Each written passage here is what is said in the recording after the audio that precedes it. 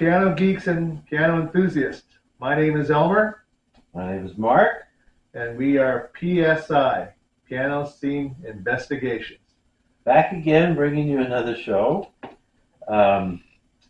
We have 3 in the bucket so far. This will be our 4th, and we finally figured out how to successfully, hopefully, I'm not sure we should still say it, but so far we've got 3 successful ones ready to edit, and once we figure we'll have 6 of them, we'll start putting them up on the internet, and then we'll do them every week, or something. That's the plan. I wanted to say 2 things to correct from the last show, I think. Yeah. Before we get going. The conductor of the Berlin Philharmonic is Kirill Petrenko. I think there's a brother or a relative there with the same last name, who I mentioned, and it was the wrong name. And then we've been talking about Michael Ponti as one of the pianists. Well, I just recently got a copy of the complete Scriabin sonatas with a couple posthumous ones that are recorded by Michael Ponti. Of course, these are some years back. It was a really good deal. They were like $8. I bought it through Amazon. Yeah. Arrived much earlier than planned. But I'd referred to him as an American pianist who for some reason wanted to make his life in Europe. Well, and wondering where he lived and so forth. Well, I read his bio, and Michael Ponti was German-American. His father was an American. I don't know if he's military or not. His mother was German, and he was born in Germany. Wow. And lived there just for a little bit, and then they moved to the United States, and he spent his school years mostly in America. And he studied initially in the United States, and then he went back and studied some more in Germany.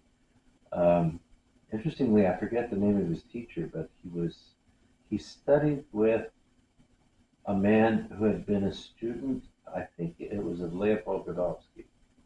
Oh, His teacher had studied with a really famous pianist, and I think it was Godowsky, which explains some of his extraordinary technique and such. But his being German and so forth explains why he probably went back to Europe and made his career there, because I think he got his graduate level training in Europe, even specific graduate in Germany. And then, he was very busy and famous there. It's amazing. He did all the Scriabin recording. Famously, he recorded all the music of Tchaikovsky, which Elmer talked about. And there was somebody else he did, but he was also famous for all those romantic piano concertos by all these different composers. Some of them really, you hardly know who they were. Yeah. But that's how he made his fame. But I just wanted to correct that. I did a little homework and I found out the right information. Wow. So what's the plan for today? Oh, well, Elmer creates these wonderful outlines of what we're going to do, and then I talk so long and usually ruin them. No, you don't ruin them. But I know there's one project in particular he'd like to do, he's been working on. And but go ahead. What are we doing today? All right. Well, I figured, I don't know, today I was sort of, I had been brainstorming for the last about week and a half now. And mostly, I've been brainstorming mostly at night since, I've been taking care of my dog who just got over some surgery, and we have, Chewy. Yes, Chewy, my dog. He's a half Great Pyrenees. He's half Husky. I think he might even have some Golden Lab in him. I'm not sure, but he had just gotten some cancer surgery on his hip, and poor dog. He's been really suffering a lot. But he's getting better. He's usually a very virile, athletic, out there kind of doggy. Even though he's almost 10 or something. Yeah, he's almost 10. But still, real. Oh yeah. He's not used to being kind of cooped up and laid low. Yeah. He apparently does things like when he's out, he finds raccoon nests and drives them away and sometimes eats them. Oh gosh, yeah. He can get really messy in that sense. But he's a wonderful dog. But anyways, we were planning on, as we go in on our show, to have where we'll talk about performances or recordings and things. we plan to be always uplifting in our comments Yeah. rather than say anything bad about anybody, but we will develop what we're calling the chewing meter. Yeah. And those are going to be little gifts of Doggy, and he's going to give his opinion. And we'll let Chewy take the blame for the Yeah. one where he sits on the other dog's face. Yeah. Well, anyways, I have been going through moments about how how my career brought me to this point. Um, my my mother was my first piano teacher. Okay, and I must have been about maybe 7, 8 years old when I first started taking lessons with my mother. And anyways, I'm going to say that probably you're going to be a pianist when the very first thing you wake up in the morning, the first thing you wanted to do was practice. I don't care what kind of career you have, whether you're a doctor, a banker, lawyer, pianist, violinist, cellist, you decide what you're going to do almost every day, perhaps almost every hour, of your life. Yeah. I wake up in the morning and I decide, do I still want to play the piano? Yes, I still want to play the piano. Do I still want to do this? Do I still want to do that? And oftentimes in the middle of the day, when things are not going well with practice or rehearsals or even a recital that didn't go well, you make that decision. You still want to be a pianist.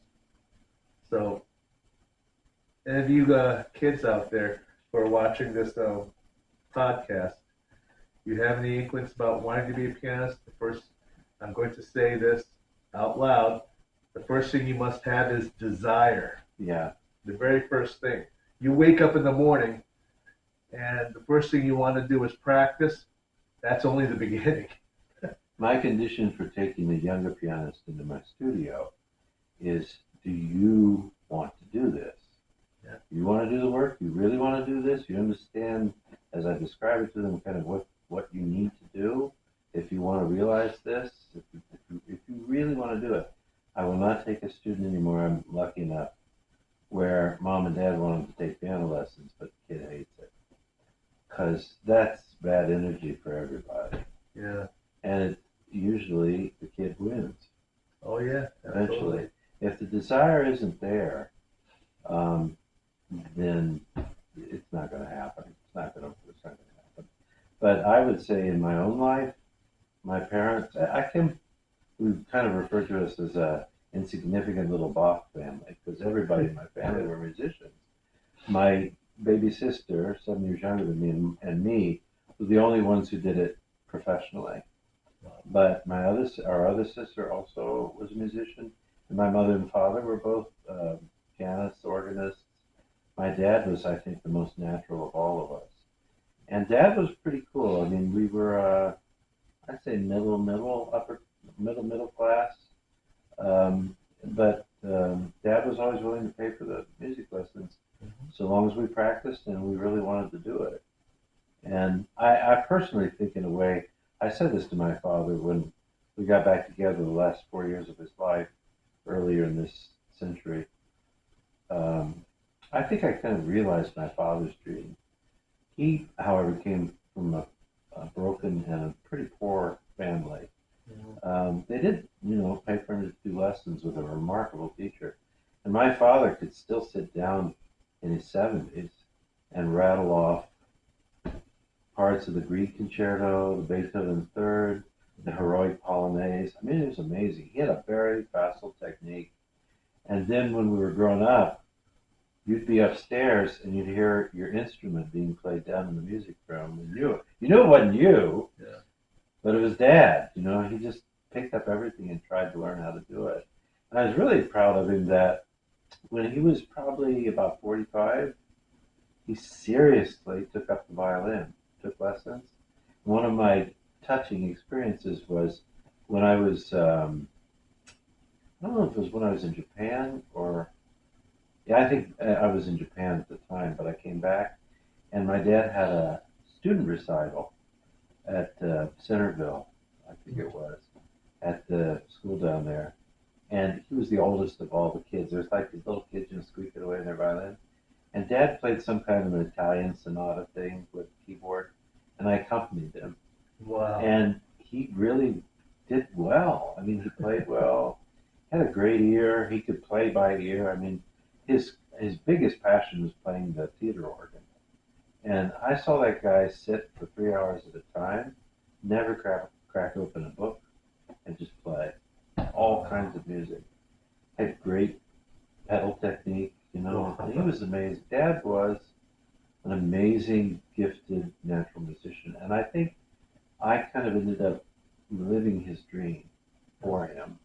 That I got to be a performer and a professor, got to do that. And it was really nice. He said some nice things to me in those last years before he died, how proud he was of me, And it meant a lot to me, because as you get older, my dad was the last person alive.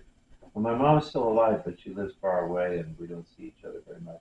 We don't have a real close relationship anymore. It's fine. We're both fine. She's fine. I'm fine.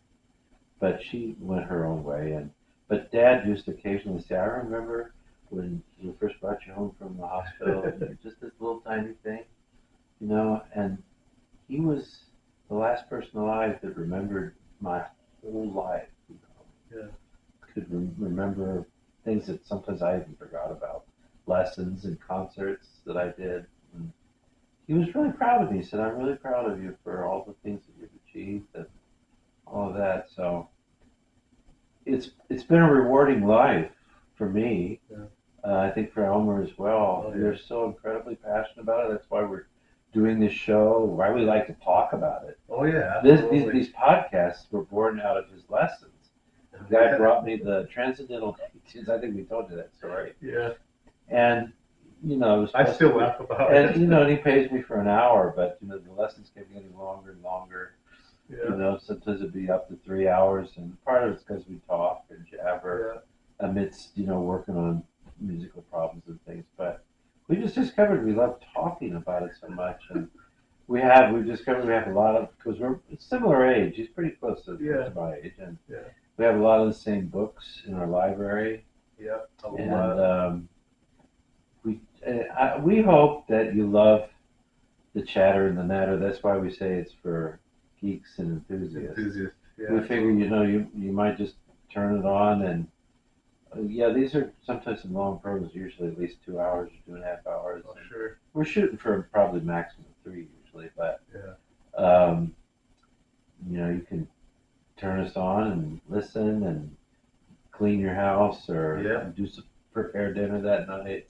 Yeah. But we hope that what we're bringing is interesting, and you might learn some things. And of course, by the time this is on YouTube, we'll have a companion Facebook page where you can be part of the PSI family Absolutely. and join us and talk about things. And we'll start having some conversations. After we get these things up on YouTube, that'll become more part of our shows. Yeah. We'll be able to bring comments from people and Yeah. address people very specifically. I would suggest in general, I mean, it's pretty easy for you to look me up, maybe even now, but we don't tend to give our last names.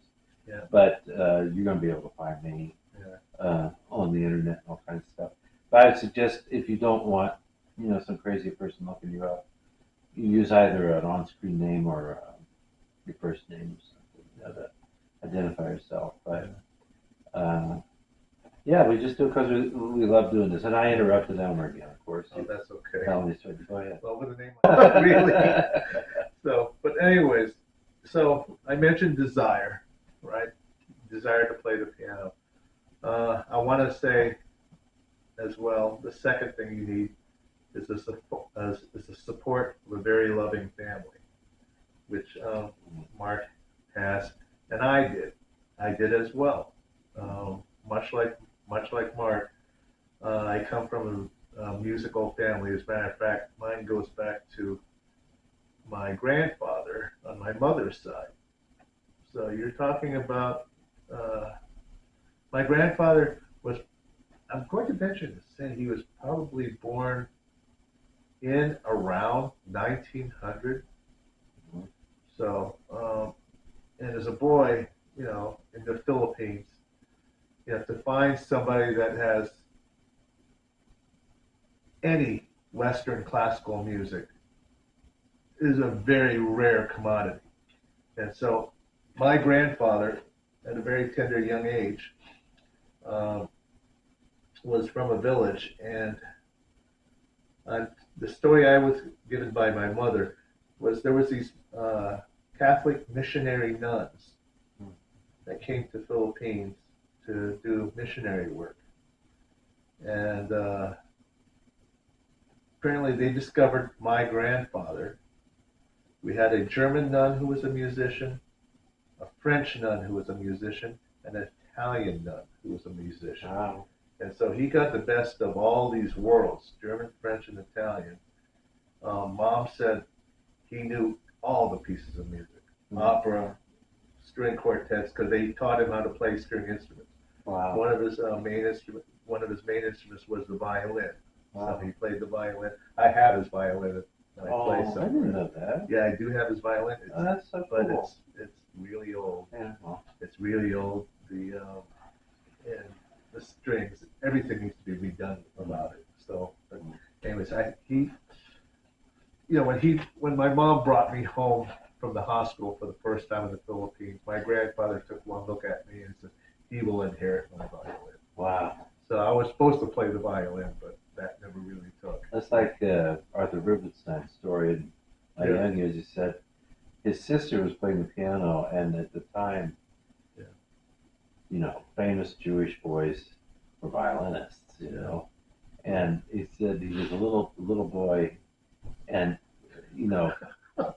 what was it, 5 or 6 years I old? think I know They this gave story. him a violin, and he took a look at it, and he went into the living room and just like that, broke it on the chair, and he said, "I made it very clear I was not going to be a violinist."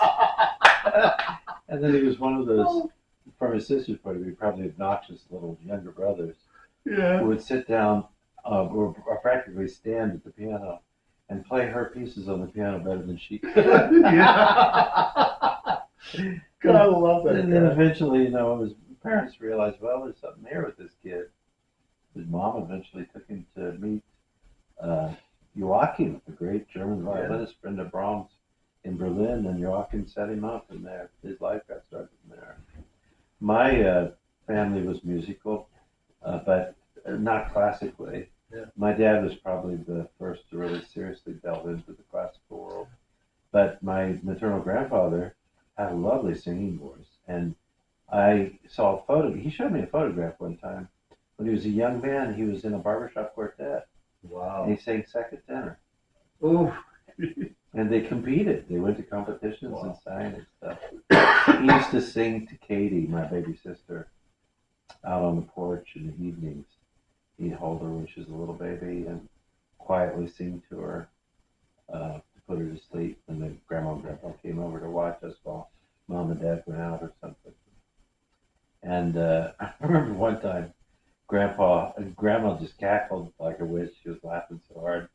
Grandpa came out of his bedroom one time with an auto harp and a harmonica on a harness, and he was strumming the auto harp and playing the harmonica at the same time. Poof, poof, poof, poof, Wow. playing songs, and Grandma just slapping her knees, and she was just laughing so hard. I remember that. It was so funny.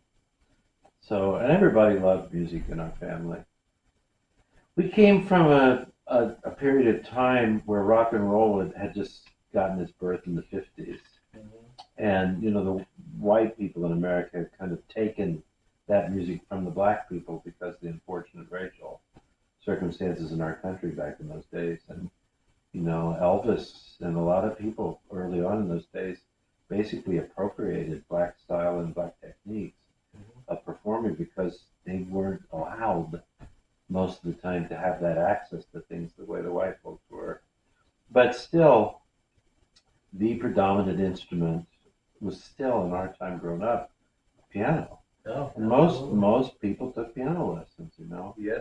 And you know, before the Depression, 1929, um, there's like close to 4,000 piano makers in the United States, maybe Yeah. more. But everybody had one of those big old monster upright pianos. Oh, yeah. And then, you know, people who were doing better had a grand piano.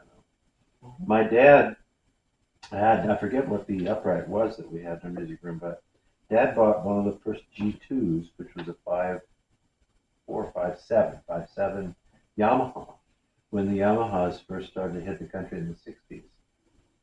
And that was the piano that I first started to play. I had no lessons on. I remember when I was a toddler and I couldn't even see the keys, I would go and lean back against the bench and then put my right foot on the damper pedal, and I found the C's on that piano, and I would play every C on the piano. I'd feel it like this way, Wow. and I would play every C and let it ring with the damper pedal. And How old were you? I was a toddler. You were a toddler? I mean, my And you head, could find C? I heard it. I knew that that was the same sound. Holy They crap. were concordant. You know, and then I find the G, and what I'd look for is the same pitch. I knew there was deeper ones and higher ones, but they were the same pitch Yeah. as such, and I'd play those on the things. And, you know, they noticed that. So I started taking lessons, I think, when I was 6 years old. Went on from there. But it is important that hopefully your family supports you Yeah. in it if you really want to do it. Of course, now the unfortunate thing I think in a way is that guitar is way more popular than keyboard in general, and drums.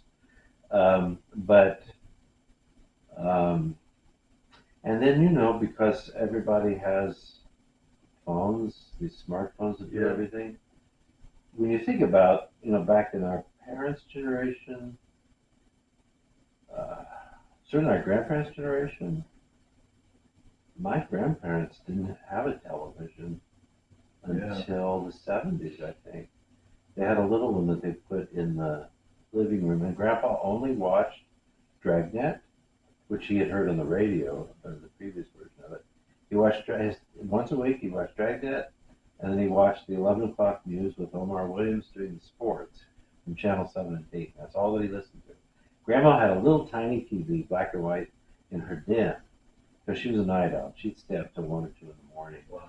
and she used to have that on. And when I was going to sleep with Grandma that night in her room, I get to stay up with her. And I remember seeing there was only two stations, CBS and NBC.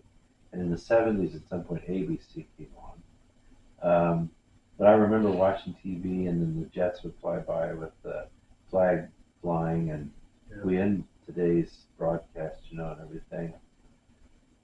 There's a different time, and basically there was radio, there was relatively limited television, and you had to make up your own entertainment. So music was an important part of that. If you wanted music, you could listen to recordings, but a lot of people still got together and made music. Oh, absolutely. And I remember watching a movie about President Wilson, Woodrow Wilson, and in there they loved to, I think the wife and one of his daughters especially were pretty adept pianists. You know, they showed in the movie how they would, in the quarters in the White House, get together around the upright piano and sing songs together, and how much they loved to do that.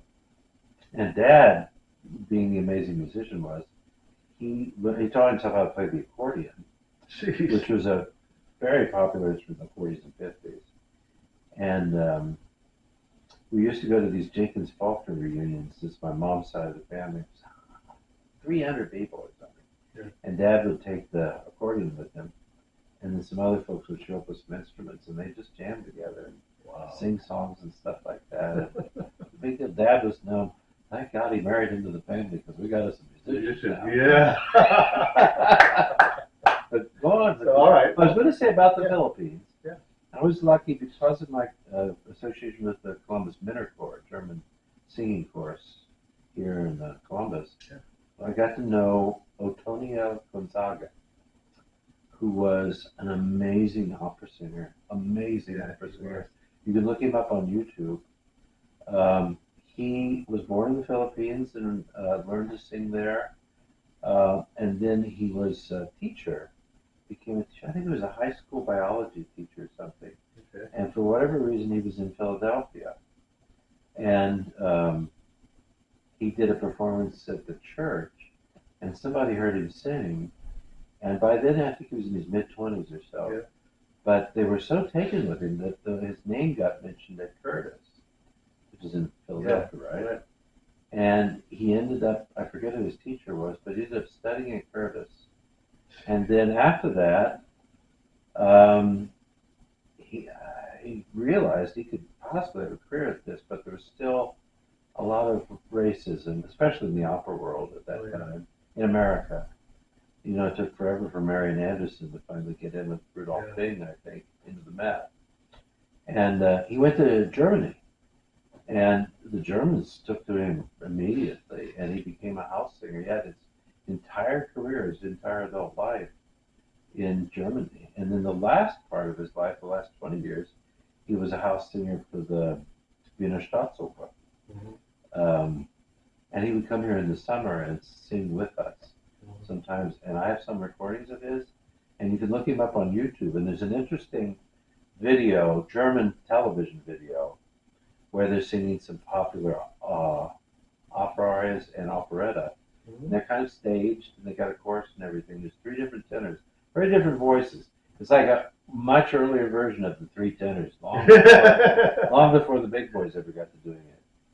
And two of the tenors are really quite good. The other guys, he's okay.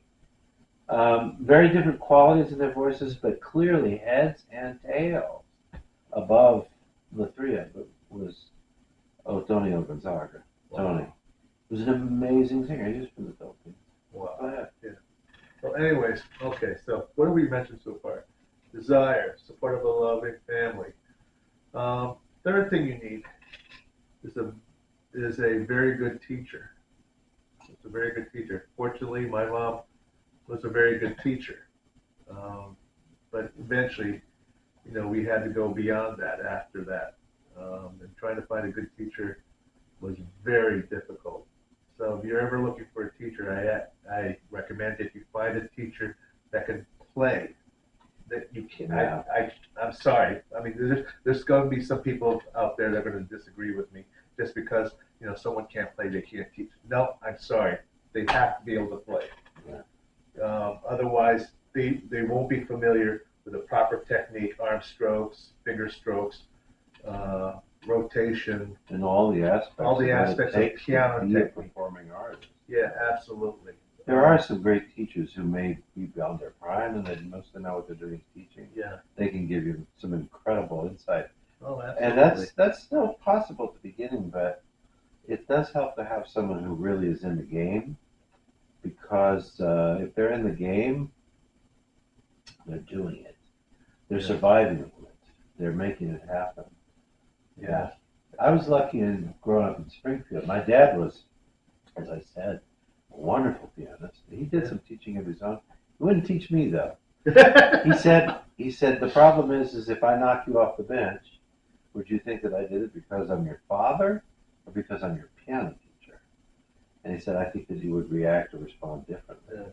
But we were lucky because Springfield, Ohio, had actually early on historically been considered as one of the possibilities of the capital of the state. Yeah. It had early on drawn serious business people, and Ohio in the 19th century and into the mid 20th century was one of the leading business places. And there were Wittenberg University was founded around the time of the Civil War, so there's really good German people that came and settled. And because of the Lutheran Church being there and stuff, there was a preponderance of really good music. And my dad's teacher, Ralph Circle, had been a student at Juilliard. And then he came back and lived with his two sisters in this big family mansion. And he was the piano teacher in Springfield in my dad's time. Also the teacher of my postmaster's teacher, Ellsworth Snyder, Dr. Ellsworth Snyder. and had teaching assistants that worked for him. It turns out that my second, but first, like important teacher taught me the scales and serious piano study was Daryl Greenewald, who was one of Ralph Circle's teaching assistants. So I was lucky because there were some amazing people. I have a program from early 30s or the late 20s, I'm not sure what it was, but there was a great hall called Memorial Hall, which is where the symphony orchestra was in residence, and they used it otherwise for performances and things. I found a program of Sergei Rachmaninoff, who performed a concert in Springfield, Ohio. Yeah. In Springfield, Ohio, and back in the day, I mean, like, there's a guy I knew named Samuel Carmel, who was from Topeka, I think, Kansas. Um, he had been a bit of a prodigy, quite a gifted violinist, and Fritz Kreisler was on tour, traveling by train through the United States. And as what happened back in those days, these people said, in this, farm town, Topeka, and everything, oh, there's this boy that we've got here who could just really cut it on the fiddle. And, Christ said, oh, sure, I'll listen to it. He was so impressed that he spent another day or two in Topeka than he planned and talked with the family and so forth. He took Sam with him away from the family. He said, I know people, I can set him up. He'll be taken care of. I can arrange for his tuition and all that. I know plenty of good teachers and such. And he took him back to, I don't know if it was Philadelphia or New York, but somewhere in that area. Sam ended up having a huge orchestra career. He sat first chair, fourth stand, first violinist in Toscanini's handpicked NBC Symphony Orchestra. Oh, holy moly. And boy, he had some stories to tell. and he and that one piano teacher, his wife, Olga Fontel, I studied with, they had an enclosed outside porch on the side of their house in New Jersey. And the inner wall of the house, inside the porch, was one photograph after the next in frames, just everywhere, of Sam, sometimes with Olga in it, Miss Fontel, but a lot of the pictures were with Sam, Sergei Rachmaninoff, Toscanini, Bruno Walter, Claudio Rao. I mean, the most famous earlier 20th century musicians, all inscribed to my friend and my colleague, Sam Carmel. He came from Topeka, Kansas.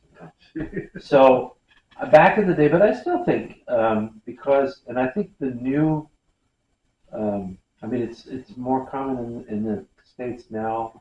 The Oriental community is very positive and very enthusiastic about of Western studying Western arts. Yeah. And if you're lucky, if there's not an old piano teacher or a professor at a local university, somebody who's teaching, or an old Jewish pianist, or an Oriental pianist in town, chances are you're lucky, and they would be a good person to look for piano lessons. Oh yeah, absolutely. So, finding a good teacher. Another thing I like to recommend is surround yourself by other people and other students who are musicians. Colleagues. Absolutely. Musical family. Yeah, musical family, people that you can relate with. Unfortunately, where I'm at, we didn't have as I didn't really have as much of a context back in where I'm from. I had a few friends that played in the high school orchestra or the high school band, but it was kind of hard to tell who were the serious ones and who were not the so serious ones. I couldn't have a conversation. See, you should have been in my high school. We could have gotten along famously. We could have been talking just like this. We would end up getting platonically married to each other, probably. Yeah, basically. But let me go take care of that. I'll keep talking. It's okay, running. but anyways, We have a circuit breaker which trips off sometimes. yeah. So anyways, it was not until about I think 10 years old, my mother signed me up for this college community program up at Bowling Green State University. And at the time, I was able to take music theory lessons, but even more so on Saturday mornings while I was up there on that campus. I remember walking through practice rooms, and there was these little kids practicing flute, violin, cello, uh, just a lot of instruments, and it was amazing. I would go to my theory class, and I'd come back about half an hour later, and I see the same kids practicing the same measures after a whole half hour. See, that's the kind of contact I'm talking about. You have other kids that have uh, higher standards than your usual public school musicians, band people, orchestra people. You're talking about that kind of discipline. So some of you kids out there who want to be pianists, okay, this is exactly what I'm talking about. It's a discipline. Um, it's it's just something that you're not born into it, but you just have to be introduced to it.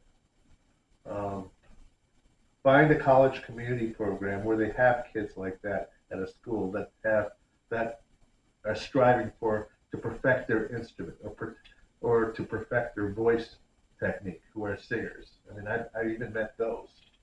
And I Um, think that, in my experience, and I think this is still true, yeah, if you show drive and you have talent, yeah, uh, in this day and age, either in your own community, and it's very likely to be in your own community, people have a sense for that.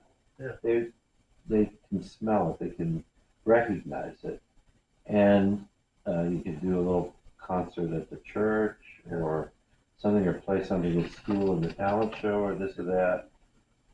Teachers and interested people at your church or your community center or your temple or wherever you are will step forward and help if you need help. I think as I said, my dad worked hard, and my mom eventually, when I was in fifth grade, got a job. And beyond that, I had teachers who supported me, music teachers, the orchestra director, the choir director, minister at the church, various ministers at different churches we went to. Um, there's something about a young person who has that spark in them yeah, that human beings recognize and they warm to, and you will find support in different kinds of ways that way. Don't give up. If you want to do it, if you really want to do it, you can find ways to do it. I myself, I did compete in some competitions different times, and I did well in them. Um, I never competed in the huge monster international ones. yeah, I wasn't that kind of a pianist. Um, interestingly, I eventually, well, I discovered in grad school how much money there was to be made being involved with opera. Because singers need pianists, and yeah, they like good ones. And if you can get to the point where you start to learn more, you can coach them, you can help them. Because professionally, singers are the one professional musician who continue to go back to their teachers and otherwise rely on vocal coaches and pianists to work with them, because you can't really hear what you're doing as a singer. You feel it. yeah. That's how you really learn, is to feel what's right, and you get that feedback from people. Well, I learned how to make money at that, so I got more involved in opera. And then as the doctoral program, I entered as a solo emphasis performance, but in my second year, I realized I really love collaborative music making. I love chamber music. I love working with the singers. I also love playing solo too, Yeah. and was well regarded for it. But I changed my emphasis to chamber music and accompanying. So my doctorate, my DMA, is actually in accompanying chamber music. But we were still required. I think we had to do 6 recital projects. For soloists, they were all solo things. For the chamber music company, half of them, three of them, were solo things. And interestingly, the very final concert I gave still has an emphasis in chamber music and solo. The very final concert I gave privately just for my committee, my doctoral committee.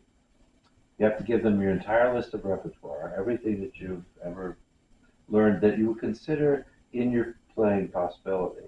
And there's a lot of stuff. I gave that list to them, and then they gave me a full concert program they wanted to hear by memory with 2 weeks notice. And then they gave me a 48-hour piece, which ended up being the Paul Hindemith Trumpet Sonata, which I had to learn and then go through once with the trumpeter and then play it for them. But the emphasis was still greatly solo. But I think what I jumped in on anyway was the idea that you if you love this and you really want to do it and you have all that various kind of original family support, I think no matter where you are, and beyond that, now there's the internet. Oh yeah. You can talk to other people all over the world and things. You can get your inspiration from watching anything on YouTube. You don't even have to have money for a library. You can just watch things on YouTube and develop your ear, develop your sense for repertoire, and hear all kinds of things that you may not be able to get exposed to. Maybe there's no symphony orchestra in the town you live in. Well, you can watch full operas on YouTube. YouTube, exactly. You know, if your family doesn't like it, you can go up in your bedroom and shut the door. Shut the door and watch it on your computer. My dad used to joke about opera stuff, but I kind of got into it. Stuff. What's all that screaming going on up there? He was partially joking, but I eventually became the nut for opera in high school, and Dad was decidedly an instrumentalist. Well, anyways, okay. So you've surrounded yourself with friends and colleagues who are, trying to perfect their instrument as well. Especially for you kids who want to play the piano, find other pianists. Their experiences, their knowledge is just as valuable as possibly yours. And I would say for an adult pianist, I don't know if you want to cover this separately, but there are in general, if you live in a decent town or a city, I lived in Yellow Springs, which is a very erudite little community south of Springfield. There was a group of folks, pianists, that would get together and play for each other in their homes. Just play for each other. Yeah. There's always enthusiasts around you. I mean, you talked about piano the group that you were with in Columbus. Yeah. They play in each other's houses. People will share their passion with one another. Yeah. It's a wonderful thing to be part of. Oh yeah. And then the next step is, well, if you're really serious. Oh yeah, if you're really serious. Please, please, please, any composers that you play from, listen to everything they've ever composed. Okay, everything. I mean, if you're going to play Mozart, definitely listen to their opera, to his operas. If you're going to play Chopin, definitely listen to his piano music, but even listen to the cello music, because he actually loved the sound of the cello. Yeah, there's a great sonata and a trio. There's a trio. There's also the introduction and polonaise that he wrote for cello and piano. There's also a set of variations based on an opera, which is really difficult. I mean, I don't know if you've ever seen that score, but even the piano part is plastered with notes in that score. And with Beethoven, you got to know the symphonies and the string quartets. Oh, string quartets. You got to definitely know what because it gives you a broader understanding of what they loved and what they were doing, why they wrote it. I was thinking the next step now, we're probably through high school and you got your family and your friends and stuff. If you decide to go to college and major in music, that is a great commitment. Yeah. Part of what may happen there Uh, I I did my bachelor's degree at Wittenberg University, which is it remains a really fine liberal arts undergraduate college.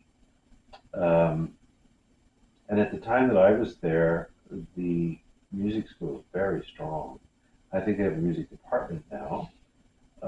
There was some change. They were a university for a while, but they decided to deprofessionalize a couple areas and just focus on liberal arts and a graduate training.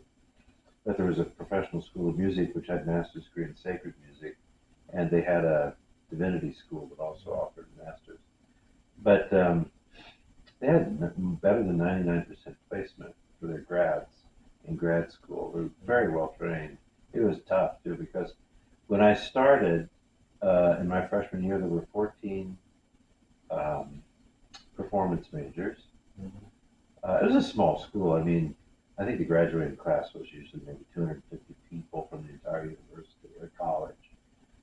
So there was 14 by the end of the, and we had 3 trimesters a year. So instead of two 16-week semesters, we had 10-week trimesters. Those were brutal because we would do more or less the same amount of study in terms of college courses in 10 weeks that the university would do in 15 weeks with 60-week exams.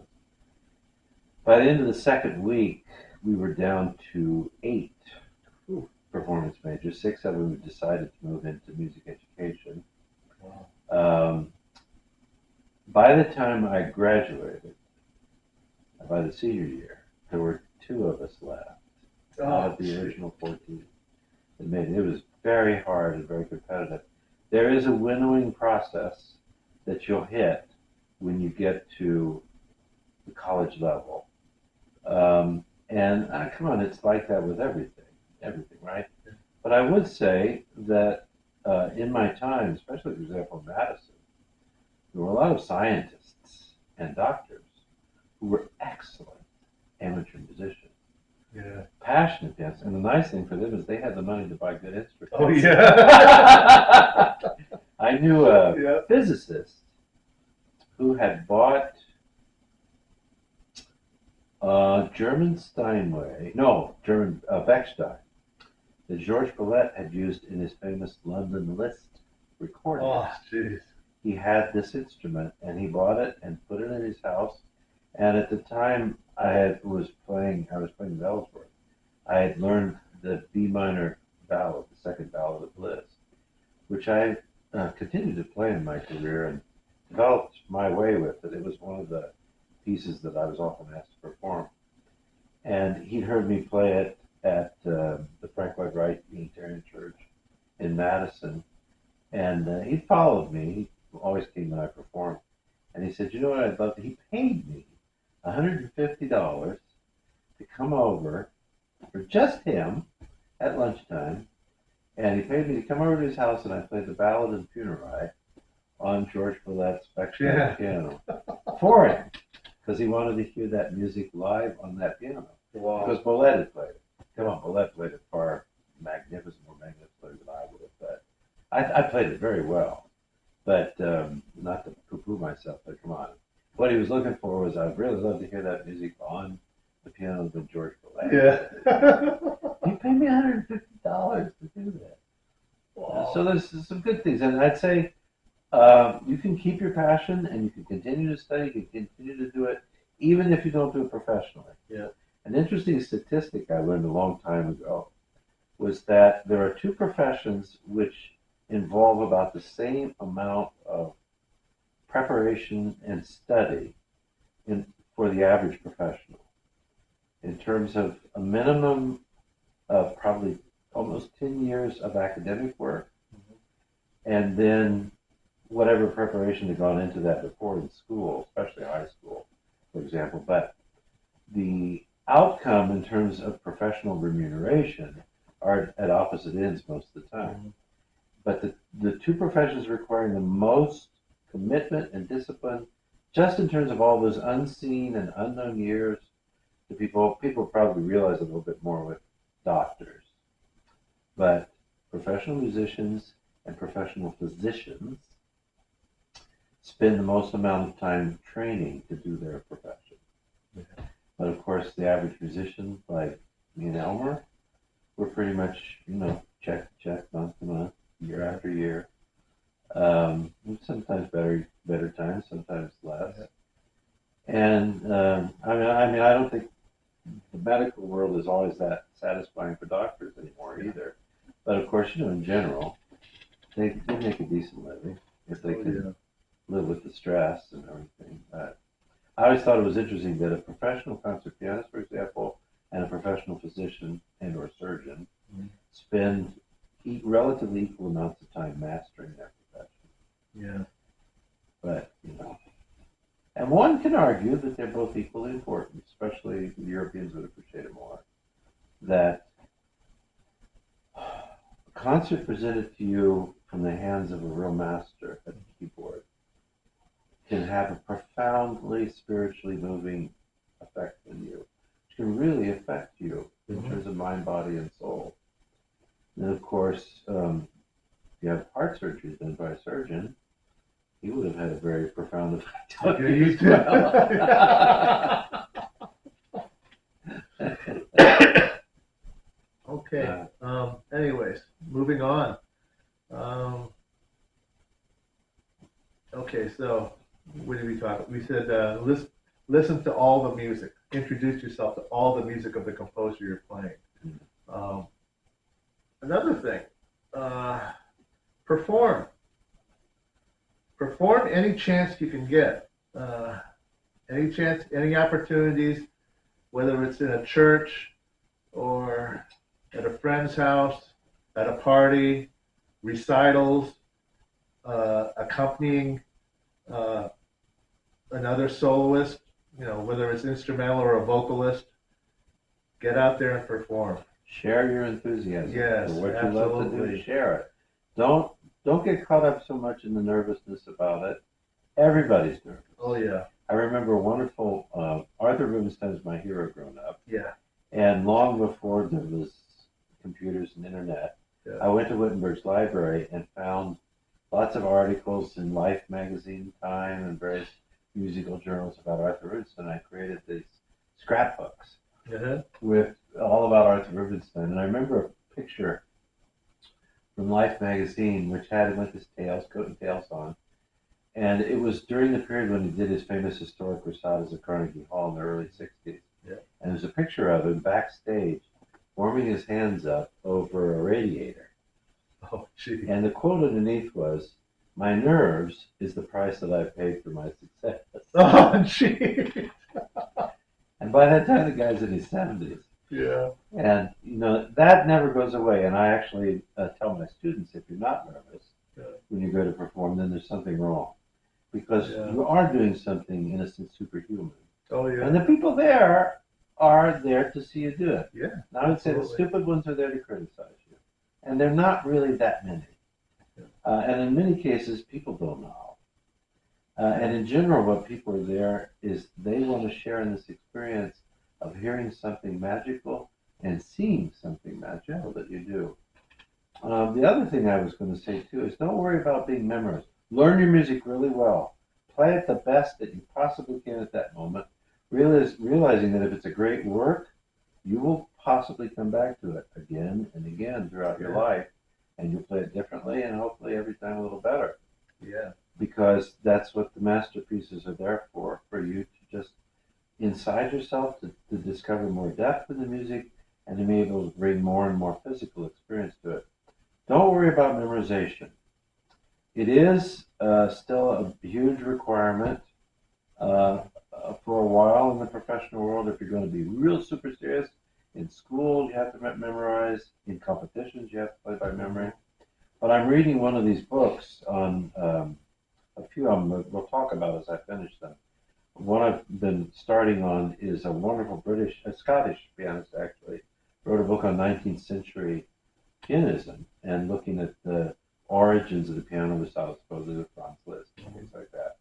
And you know that back in the early 19th century and well until mid-century, say 1860 or so, in general, it was frowned upon if the pianist played with no notes on the piano. because the people thought that they didn't know the music well, and weren't sure what you were really getting, Yeah. and that also it was just going to be egotistical to presume that you would play the composer's music without the music on the piano. Liszt was one of the early ones who was playing a lot by memory, and then eventually, in the later century, Hans von Bülow, Yeah. famous for his memory, gargantuan memory.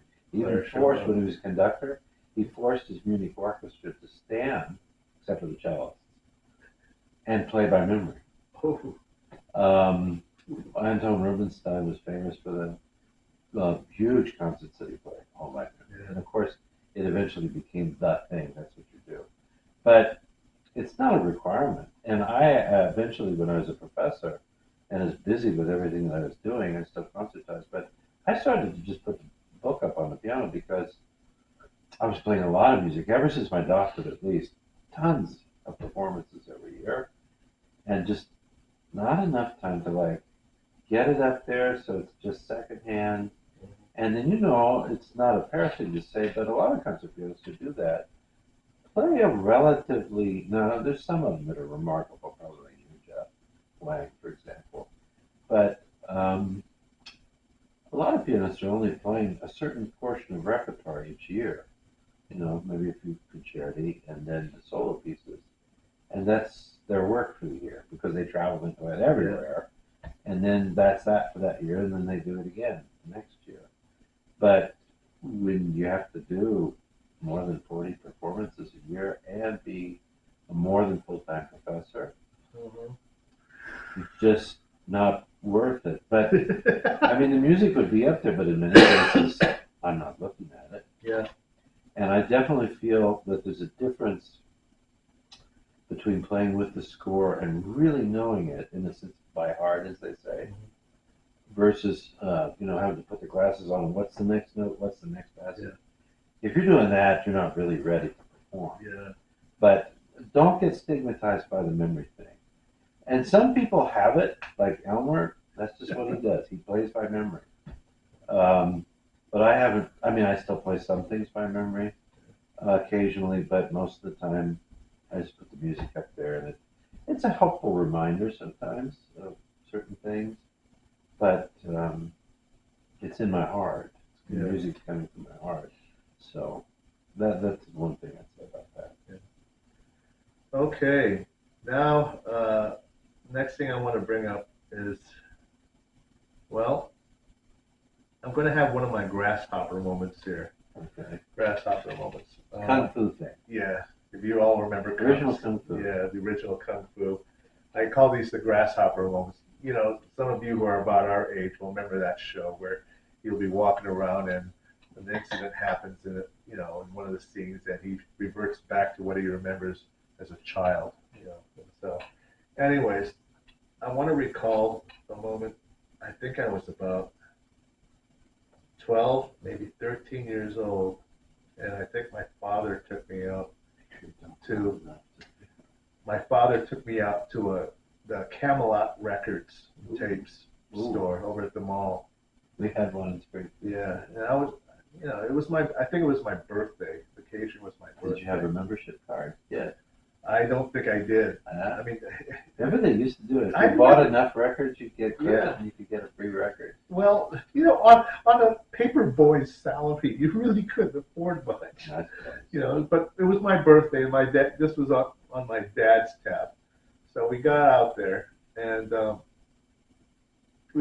was looking around in the classical section, and Dad picked me up a Beethoven album that thick. Wow. It was with the London Symphony Orchestra, Sir Colin Davis conducting the 5 Beethoven piano concertos performed by Stephen Kovacevic. Oh, wow. Kovacevic. He's still alive. Yeah. Highly regarded in England. Oh, yeah. Internationally, too. Yeah. I think I might have, I actually found, we'll talk about it later. But was he one of those competition winners back? Oh, yeah. He was one of those big competition winners. And my dad, well, I didn't always have his support. Okay. I mean, he supported me he was very fond of what I was he was very impressed with my talent. I don't know if you said so. and His dad was a physician. Yeah, my dad was a doctor, and he every time we had a party at our house, he always had me come down from upstairs to perform for the guests. Mm. And so, anyways, so he was looking at the album and he says to me, he says, "So you're really serious about this, aren't you?" I says, "Yeah." He says, "Well, I'll tell you what." He says, "You know," and he knew this. He says, "You're going." He says, "Then you're going to need to work a lot harder than what you've been doing, for the last 4 or 5 years." He says, "You want to be a pianist?" He says, "Learn to do that." And his finger went straight to the classical section to a pianist on the record album, and it was Augustine Anevas. Anevas. And it was a full record of all the Chopin etudes. Wow. Of all the Chopin etudes. Wow. And he says, "Learn to do that." And I never forgot that, because that became I think that moment became a turning point for me, that's why, you know, I learned so much repertoire. Um, I'll let you in on a secret. Mm. I've never told you this. Uh-oh. Okay, so this is a moment for you as well as Mark here. We should have we should put something up on the screen, coming out moment here. Yeah.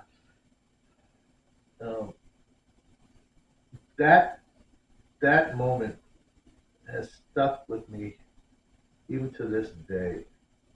Mm. Um, and I practiced a lot. I mean, I didn't get to go out with the boys, with the neighborhood kids. I mean, prior to that moment, I was going out with my brothers, with the neighborhood kids to play football or baseball, or play acting, WWF wrestling style in our front yard, and stuff, and all the tomfoolery that we did as boys back then. But from that moment on, that something in my head just clicked, and I started practicing. Um, by the time I got to high school, I could play all of Chopin's polonaises. Wow. And the waltzes. I played a handful of Liszt pieces. I believe it was the Viva Strong and Hungarian Rhapsody number 2. Probably. Yeah. And my earlier attempts of learning to play the Schubert, Liszt, Earl Koenig. Whoa, that's a monster. So for you people who know the repertoire, tell them what your audition music was for when you went to college. First time you played for You're That Guy. The first time, all right. Listen to this. This blows me away. This is my college audition, okay? Now, mind you, I was still learning, okay? Much like some of you younger kids out there, I spent a lot of my time at the library. Well, not a lot of my time at the library, but it's any opportunity I could get my mom to drive me to the library, I could go pick up books and recordings. And that was usually only once or twice a month, depending on how my mom was feeling. I didn't have a car. So for you kids that have the internet available for you, you can get anything you want on the internet by just the push of a button. I suggest you use that opportunity. My college audition, okay, was this Prelude and Fugue in E minor. And I'm sorry, I'm embarrassed to say this, but professor who called me up about my college audition asked me about the Prelude and Fugue in E minor, and he says, "Is it from the which book of Well-Tempered Clavier are you playing from?" And I said, "The what?" And he says, "Well-Tempered Clavier." Now, mind you, I know what the Well-Tempered Clavier is now, but back then in high school, no, I had absolutely no clue what he was talking about. All I found, I just went to the nearest music store, and I looked at the box section, music store, and I found these little prelude and fugue books published by Schirmer. Back then I thought Schirmer was pretty important, so I got all my scores from Schirmer. George Sherber, New York City. So, anyways, so I found a prelude and fugue in E minor from one of those books, and that's what I played the prelude and fugue from. And that's what I told this professor, and he had no clue what I was talking about. He kept insisting, which book from the Well-Tempered Clavier are you playing from? And I had no clue. Mm-hmm. But anyways, to continue on, the next piece I played was the third movement of Moonlight Sonata by Beethoven. Presto. The Presto. That's quite an Presto impressive little Agitato. piece. And then for the 19th century work was Franz Liszt's Hungarian Rhapsody number 15, the Rákóczi March. Wow. And then for the 20th century work was Prokofiev's Sonata number 1, F minor. Wow. And that was my college audition. Wow. And let's talk about the Ravel. Now, the Ravel, okay. This blows me away. All right. So, anyways, that I was just telling you earlier that my mother took me to the library once or twice a month. And some of you may remember this. Recordings didn't come on CDs back then. They either came on vinyl records or cassette tape or 8-track tape, and that was it. And so I noticed the library had these albums that were like this thick that would have 5 or 6 albums, and they came with a nice paper booklet with a picture of the composer in the front. I think they were published and released by Time Life Books, I think. Mm-hmm. I'm not sure. But this was how I got my education on Bach, Beethoven, Mozart, Schubert, the whole gamut. I mean, it was what introduced me to Rachmaninoff. I mean, I fell in love with Rachmaninoff back in my high school years and that was the only album I kept at the house, and I wanted to keep it for so long. I wound up paying a fee of like $10 for late fees on that album. But anyways, aside from that, it was also my introduction to Ravel, Maurice Ravel, and in this particular album, it had, like I said, it had 6 records in it. There was I Fell in Love with Daphnis and Chloe. It was conducted by Charles Munch, I believe. Mm-hmm. There was also recordings. The piano recordings were done by John Browning, and it was right here that in this album that I was introduced to for the first time to the Gaspard de la Nuit. And for some reason or other, I just kept obsessing over this work, and I played through those tracks over and over and over again throughout my junior year in high school. And eventually, by the time I got to my senior year, I worked up the nerve to actually order the score and learn the score by my senior year. It was the only piece I did not program for my audition because I knew I wasn't ready for it. I mean, I just knew it's a very difficult score. It's one of the most difficult works in the piano repertoire for some of you who don't yet know. During its time, it was considered the most difficult work in the piano repertoire. Ravel had attempted to outdo Balakire's Islame, the Oriental Fantasy. So Islame is more technically, athletically, more involved. Lots of octaves, lots of leaps, lots of octaves. But the Gaspard de la Nuit is something that goes beyond, I believe, goes beyond that. You're talking about a work where you have to have a flexible tone. You have to worry about lines, particularly phraseology in lines, agogics, not to mention, just the technical aspect of just trying to get the notes in that last movement. Um, you have to create an imagery. You have to worry about color. On a technical aspect, you also have to be very wary and particular about your pedaling. The pedaling was what screwed me up the most in that work. Pedaling was almost just as bad as the actual labor of having to learn the notes. Um, I'm still working on it. I'm still working on it. But yeah, I learned it my senior year. Did you want me to tell the story? Yeah. Okay. So, all right. I got accepted to college. Okay. I did find a school to go to. Um, and interestingly enough, um, the piano professor at this school remembered me from my auditions.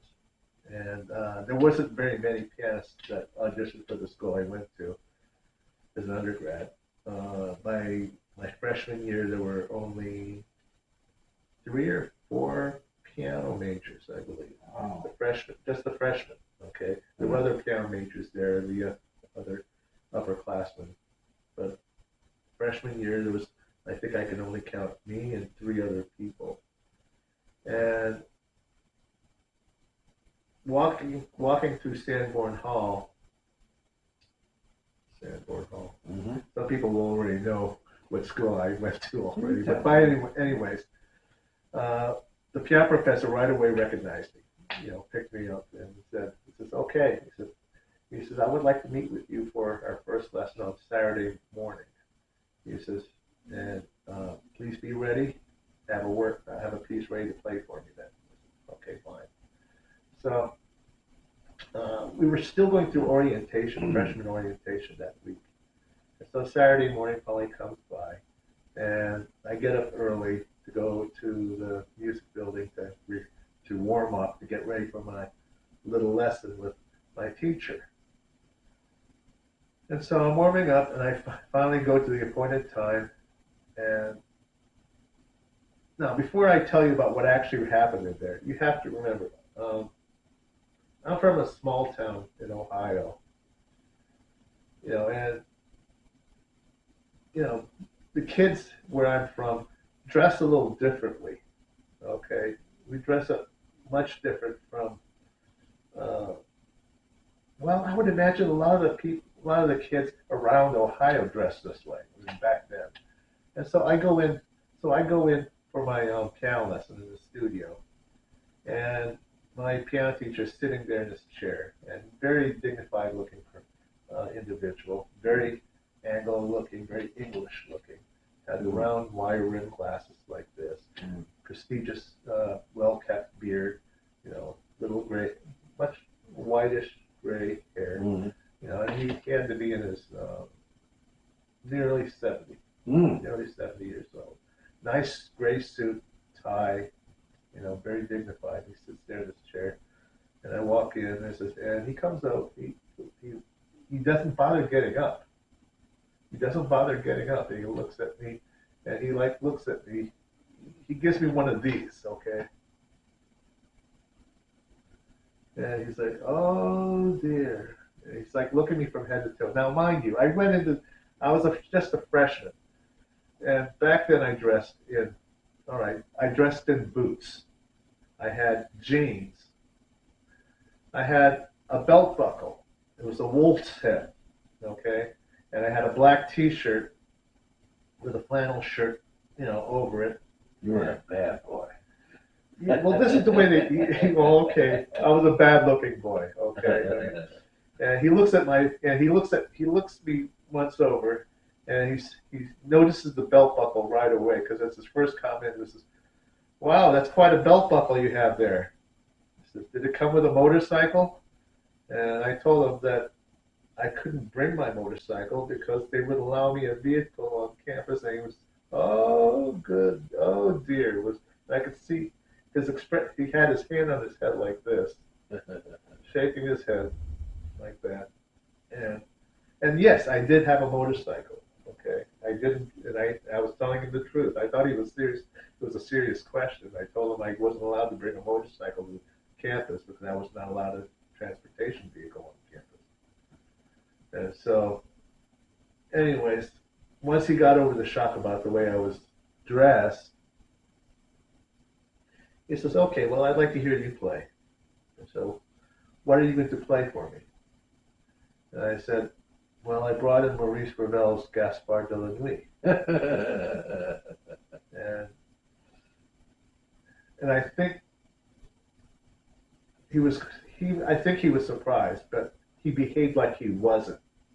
And so I says, okay, well, make your way to the piano. And so I asked him, do you want the score? And he said, why, sure. So then I think, I think he was quite surprised that I actually had the score memorized. So I sat there, so I go to the piano, and he opens the score. He's got his legs crossed. He's looking at the score.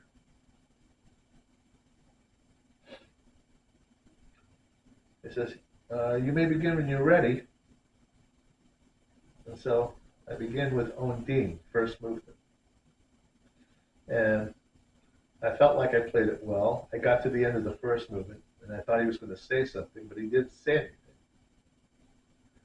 So I went on to the second movement, which is Le Gibet. Got to the end of that one. Still nothing to say. So I start Scarbo. And that is the most difficult part of the whole piece, right? Is right there. I get through that work. And so now I've played for about 25 minutes at this point already. And I get to the last part. Done. And he gets up clapping and he's all excited. I says, my goodness, young man. He says, that was very fine work. He comes over, he puts his hand on my shoulder and he's shaking my hand. And he says, I've been here through all my years here in this studio, teaching at this school. I have never had anyone come into my studio play a work of that level. This is not one. He says it's very fine work, And so, but at that point, we were, I could see that we were going to be closely good friends, and we were going to have a very healthy teacher-student relationship there. And so, for the next hour or so, he gave me the tour of the whole music building, the library, and the records, and he showed me all the practice rooms, for which he promptly that day went straight down to the main office and signed me up for all my practice time. Mm-hmm. And so anyways, that was my college audition, and that was my first piano lesson at the college. Now, when I say that point, that the story that I told you about my dad earlier, I'll tell you how far I took that. I eventually got around to learning a lot of Rachmaninoff. I learned a lot of Liszt. I learned a lot of Chopin. That by the time I reached 40 years old, I'm 58 now. At 40 years old, I could play. I had already performed all the Chopin etudes in recital. I had done, I had learned, I could play all the Beethoven concertos at that point. Wow. Okay. Now, not brilliantly, okay, but I was able to get through. I could play, one after the other. I had also learned all the Rachmaninoff concerti. Whoa. Now, but earlier than that, I did Shostakovich No. 2. I did Chopin E minor. I did, what else did I do? Franck Symphonic Variations. You had a chance to perform that with orchestra. Yeah, I did. The Franck Symphonic Variations. I did compete with the Shostakovich too, and I did the Chopin E minor. Of course, I didn't win. So, but um, I used to be able to play the two Rachmaninoff sonatas. Mm.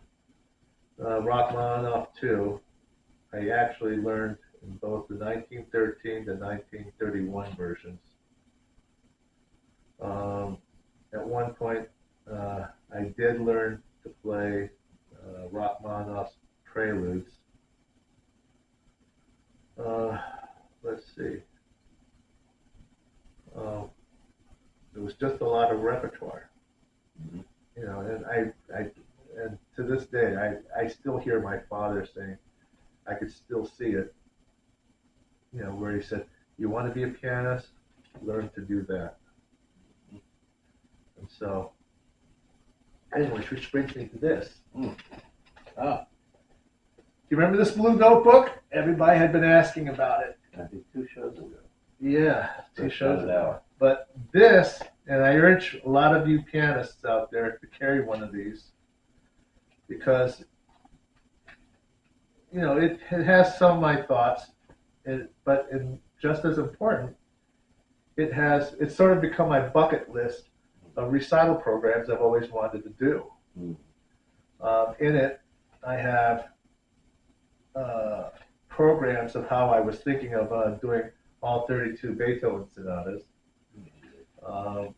I wasn't quite sure at the time how I was going to, you know, put all 32 Beethoven sonatas together, if you want to take a look. But I remember reading an article with Alfred Brendel, who has recorded the entire Beethoven sonatas twice, 2 or 3 times. I don't remember, but I believe he's done it 2 or 3 times. And so they asked him about how he would set up these recital series of Beethoven sonatas, and he said something about how there are 5 last sonatas, and so he had 5 recitals programs of Beethoven sonatas, all using the 5 last Beethoven sonatas as the main foundation as to how he was going to program all these works, which is what I did. Now, as you can tell, he's looking through it. I didn't exactly finish those programs, okay? But aside from the Beethoven sonatas, I was thinking Chopin cycle. I was also thinking other things as well. But now, mind you, I've had these programs since I was about in my 20s, I think. My 20s, and the age of the prints and the paper itself could sort of attest to that, I guess. Some of these are quite old, and back then, my testosterone was running over the top, and so some of the programs tend to be really, really overly ambitious, and so. But I have Pete works in here that are far off the standard repertoire. Things by Smetana, works by Hindemith. Want to say something about that one you showed me? Which one? That one right there. This one or this one? No, this one right at your left hand. Over before. Here? So in the first part of the recital, he has the first 24 sonatas of Beethoven. Yeah. And then the rest is Chopin. Yeah. He has 3 parts, but come on. 24 sonatas of Beethoven before intermission.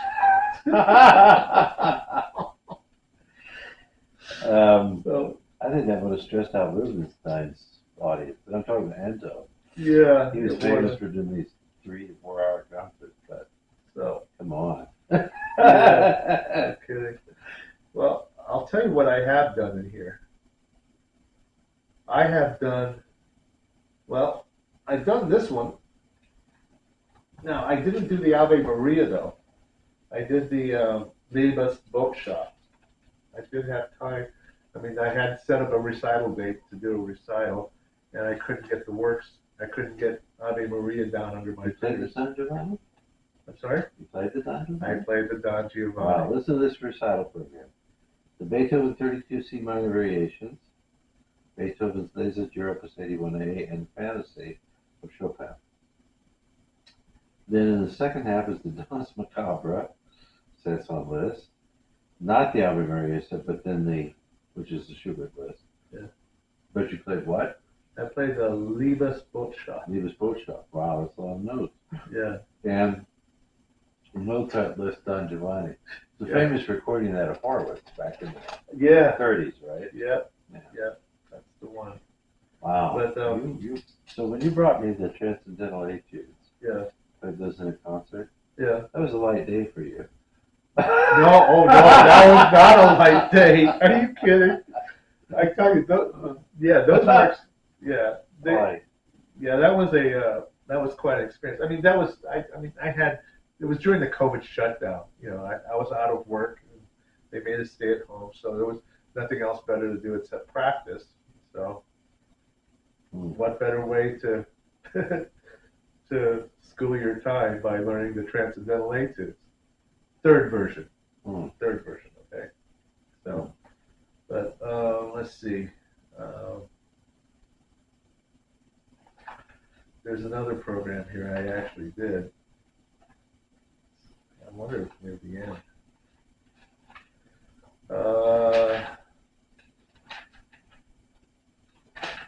Gosh, look at all this. This is sort of my wish list at this point. Okay, I'll just tell you. Here it is. I did this one. So the 32 variations of Beethoven. Yeah, it's sort of like my go-to warm-up piece. Opus 10 Etudes of Chopin Complete. And the second half was the Hungarian Rhapsody No. 2. The three piano pieces of Ravel, which you played. I don't know if it made it on the recording. Okay. Was that? That's what I played. Yeah. In the manner of different composers. Yeah. And, the scherzo for the Pathetic Symphony of Tchaikovsky, arranged by Samuel Feinberg. Wow. Yeah. Yeah. Wow. Yeah, that was a pretty demanding program. Well, we should give you an honorary doctorate. I'll start calling you Dr. Elmer. God, no. God, no. I'm not sure if I'd be able to live up to it, to tell you the truth. But, well, anyways, I did do another recital over at St. Paul's that consisted of, let's see. Oh, yeah. I did the Fantasy C minor Bach, the Italian Concerto, the Beethoven Sonata in A flat, Opus 26. Then I brought back the Gaspar Delany that day.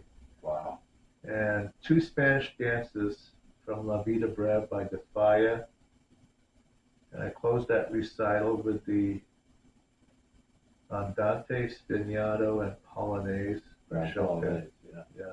Wow, that's a big program. Yeah, that was a good recital.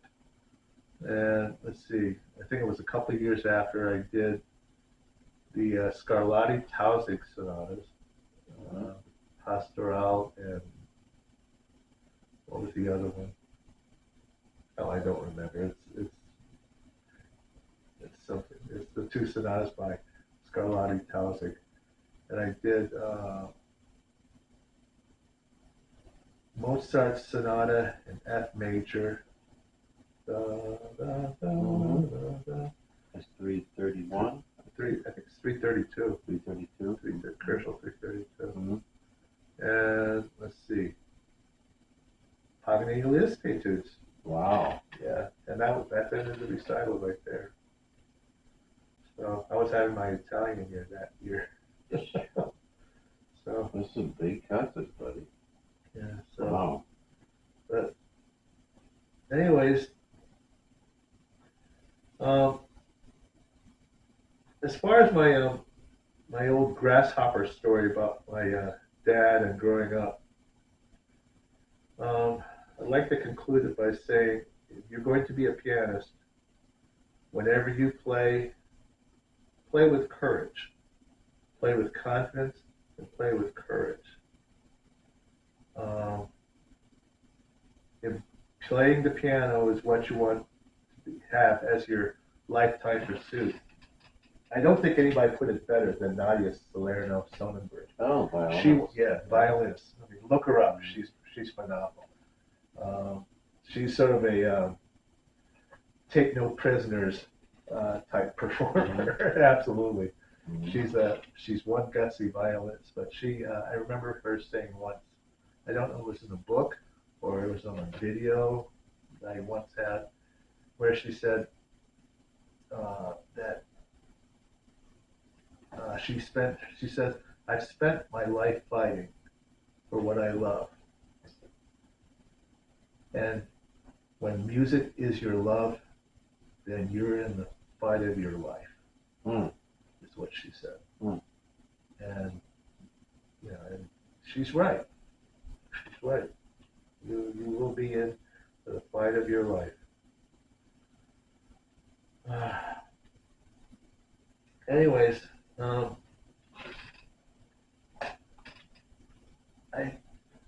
don't have very much else left to add. I just wanted to. I couldn't figure out. I thought maybe we should have probably talked about this earlier about the way we bring it up, and our experience, our discoveries, basically is everyone's lessons. So. Here we are. We'll tell you our story. We'll tell you our experiences as we move on and talk about, what's happening in the piano world today. More recently, you sent me a link earlier. Yoon Chan Lim. Don't know if anybody knows about Yoon Chan Lim. Yoon Chan Lim is from South Korea, and he is the recent Van Cliburn gold medal winner. Only 18 years old. He is now in New York. I think he just got done doing a New York Philharmonic got a hold of it. Yeah.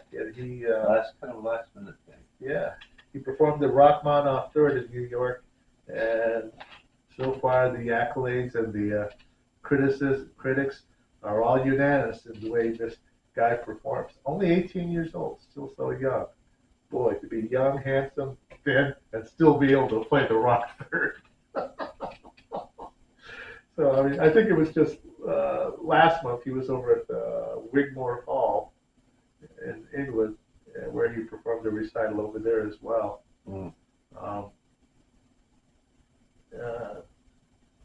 One so young. He did 2 encores. He did let me see. I don't remember what the encores were. I just know one of them was a Leodolf prelude. And then there was something else. I don't remember what it was. But I'm told that the preludes were equally as enchanting as the concerto performance. But if some of you don't remember who Yoon Chan Lim was from the Van Cliburn competition, the rock third was practically what placed him at the very top of the. Rightfully so. Yeah. So it's a remarkable performance in that it's so scintillating, and what he does really remarkably, because my fascination, as you've learned to some extent from my comments, I'm fascinated with the old-timey pianists from the 19th century. What I would say, this kind of very gossamer butterfly ability that they had to just perform the most extraordinary things. Lawrence Rosenthal comes to mind. Of course, some of the ways that Earl Wild played, but he's actually more recent. But those old guys, Joseph Hoffman, just this. It's not a kind of a poundy rhetorical way of playing alone, but there's a lot of poetry and beautiful, light-fingered and very delicate, gorgeous, ravishing kind of playing. And this is something that Yoon Chan Lim brings to the Rachmaninoff Third, which kind of is a really finger buster. In a sense, it's almost like a Baroque type of Bach concerto because the pianist is constantly playing. It's physically exhausting. It's a long concerto, 40, 45 minutes, I think, isn't it? Maybe not quite. Maybe so about, yeah, a little less. Maybe about 25, Oh, 30. the third? Really? Third concerto, yeah, Yeah. it's not as long as you think. But he brings such fleet moments into it. Just, yeah, the guy has a remarkable technique. I think on the level of, Godofsky or Rachmaninoff or Rosenthal or some of those amazing people from way back when. It's a remarkable thing to see. There's a Wigmore recital that's on YouTube you can watch when he played in London after one of Van Cliburn. And he plays some old English music. Yeah, John Dolan. Yeah, it's really lovely. It's becoming kind of au courant now to be looking at some of this way back before Bach music. Both the clavecinists, the French harpsichords, 17th and 18th century composers, and some of the early British guys playing quite beautifully, really lovely. It reminds me of when people kind of rediscovered Scarlatti because of Horowitz. Yeah. He was playing things. Very lovely, beautiful. Um, it's not performance practice stuff. No. It's on modern piano, and they use the piano and its palette, colors, and things to really make something wonderful with it. Remarking to that, it's interesting that Johann Silbermann made some of the first German forte pianos. But back when Johann Sebastian Bach was still alive, very into his life, he went to the court of Frederick the Great, where his son, Carl Philipp Emanuel, was based, and he had a chance to play some Silbermann forte pianos that the emperor had bought. He didn't like them. He didn't find them very expressive, kind of tinkly, and not much interested in them. He was a hardcore harpsichord guy. That was his instrument.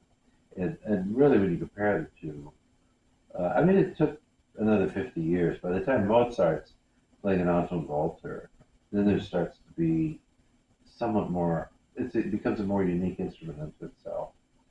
But I just pointed it out that,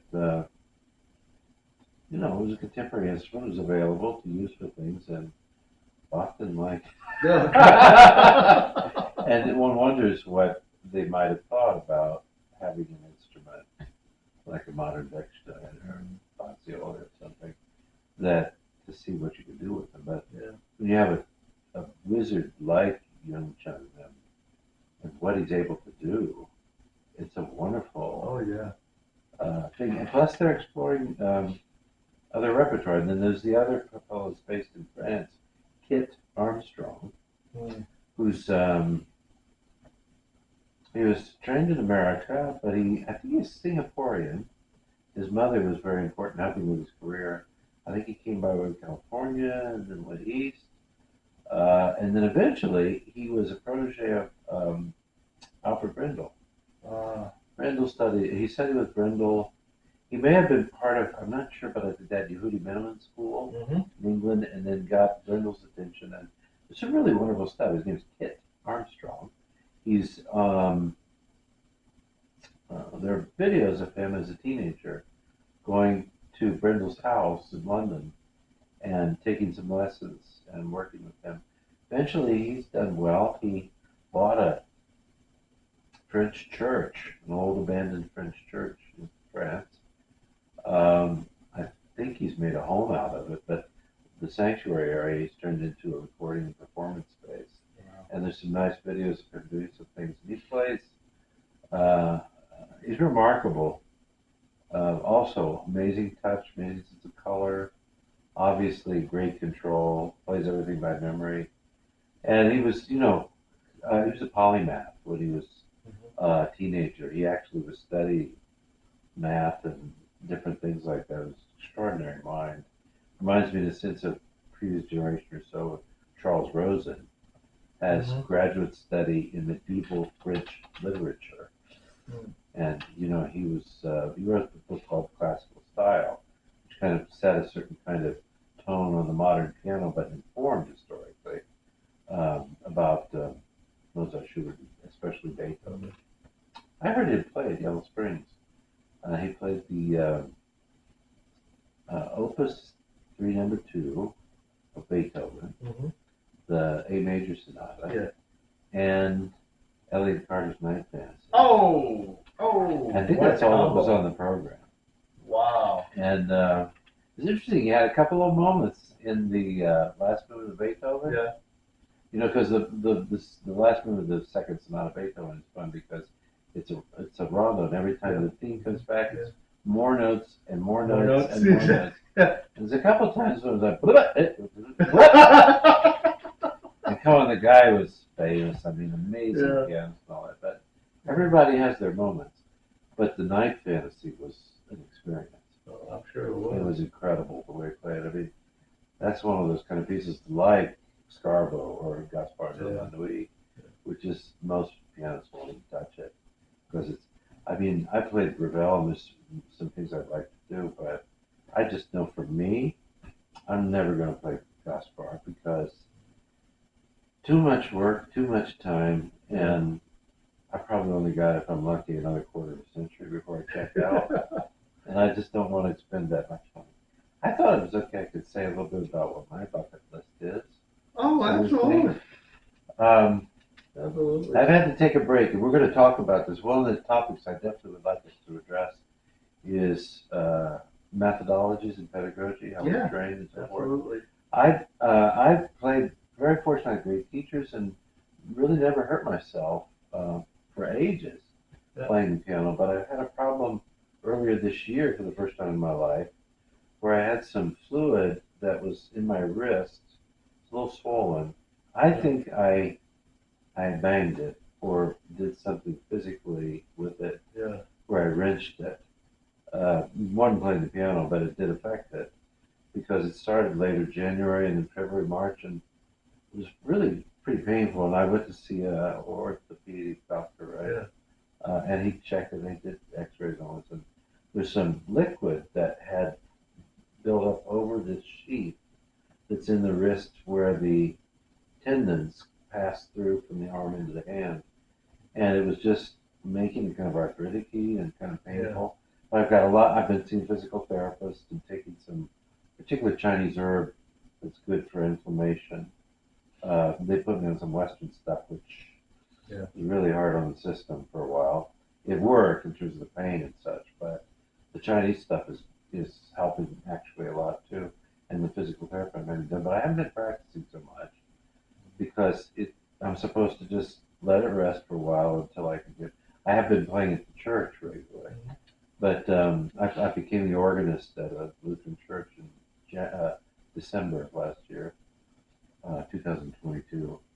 But I thought I've got a pile of things that I've picked up that I've been wanting to get back to. I had already started to work on the things.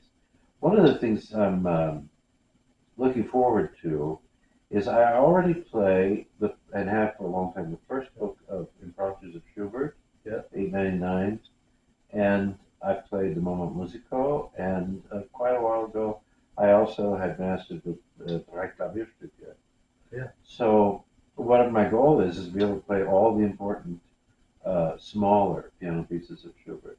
So I had number 2 for some time in my hands, and I pretty much got number 3, the B flat variations, down. And then last that I had to accomplish was 1 and 4. So I'm looking forward to eventually being able to say I can do all of the short, or smaller, in piano pieces of Schubert and have those in my active repertoire. I'd like to do maybe some concerts. I mean, I do things like that, like all Schubert or half Schubert, and be able to play this. My goal now at this point in my life is to play the repertoire that I want to play and share it with the audience as I can.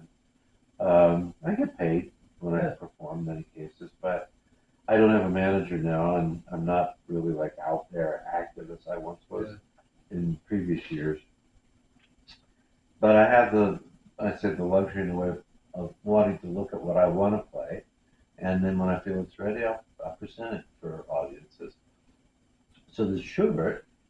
I also want to make sure I get the G major and the D major sonatas in my repertoire, and I'd like to, of course, pull in the B flat, the great one.